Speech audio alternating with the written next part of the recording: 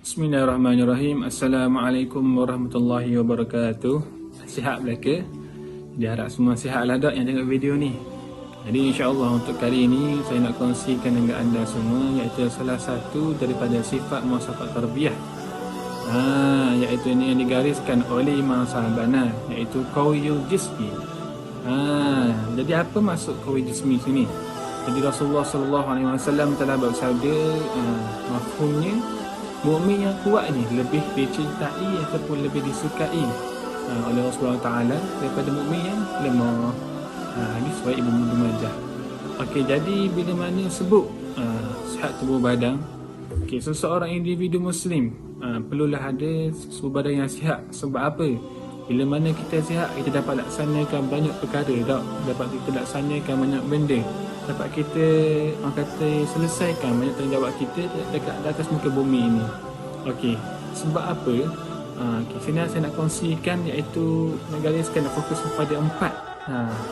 Bila mana kita sihat, kita boleh selesaikan 4 perkara, iaitu tanggungjawab kita sebagai yang pertama, iaitu sebagai hamba Allah SWT.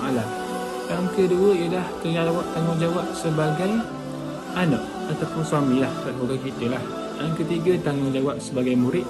Yang terakhir sekali, tanggungjawab kita sebagai tanggungjawab kita terhadap agama kita sendiri. Okey. Yang pertama, tanggungjawab sebagai hamba Allah SWT. Bila mana kita sihat, tubuh badan kita sihat, kita kuat lagi, dapat kita beribadah kepada Allah SWT dengan lebih, orang kata, lebih kemah lah, lebih banyak.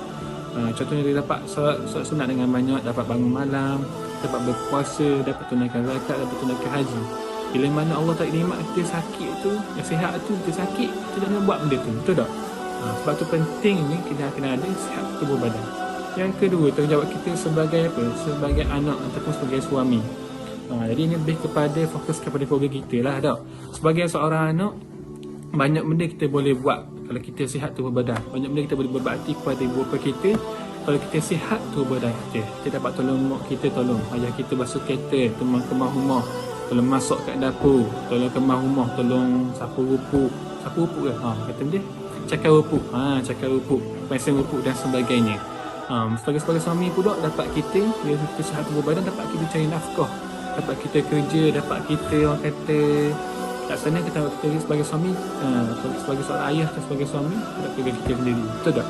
Sebab tu Imam Sa'bana digariskan benda ni penting.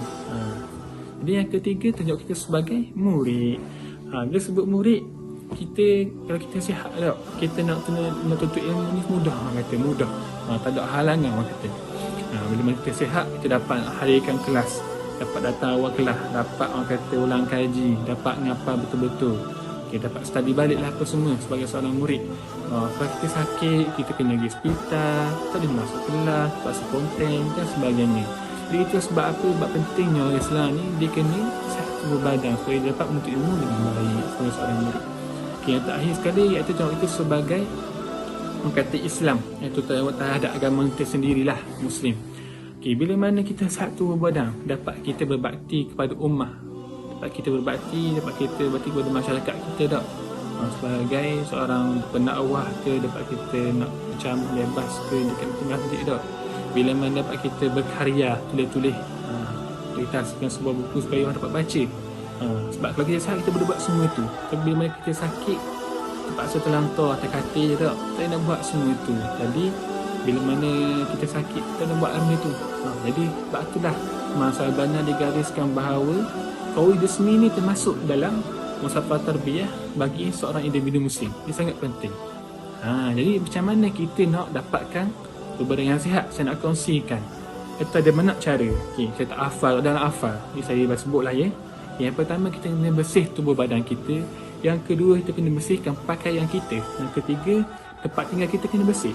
Yang keempat, kita kena lazimkan dengan diri kita ni untuk kita makan dengan makan minum tu dengan cara yang sunnah, ikut Nabi lah. Dari segi berapa portion dia, berapa jumlah hari sehari dan sebagainya. Yang seterusnya itu tidak berjaga malam berlebihan. Itu lazimkan. Yang seterusnya lazimkan senamang 2 kali seminggu. Kita pastikan kita perlu badan kita sihat. Al-aqlu salim fi jismi salim. Yang seterusnya itu bangun sebelum terbit fajar, sebelum subuh lah bangun. yang sesungguhnya mematuhi kaedah membaca dari aspek kesihatan. Kita meninggalkan tabiat merokok, menjauhi tempat-tempat kotor dan menjauhi tempat-tempat yang berpenyakit. Itu saja untuk saya kongsikan pada kali ini, iaitu kepentingan-kepentingan. Saya ni sebagai seorang individu muslim, kita hanya perlu ada qawiyyul jismi, itu sihat tubuh badan. Dia sudah sejelas dah. Itu saja untuk kali ini. Maaf kalau silap, lalu siapa ke. Wallahu a'lam. Assalamualaikum warahmatullahi wabarakatuh. Barakallahu fikum.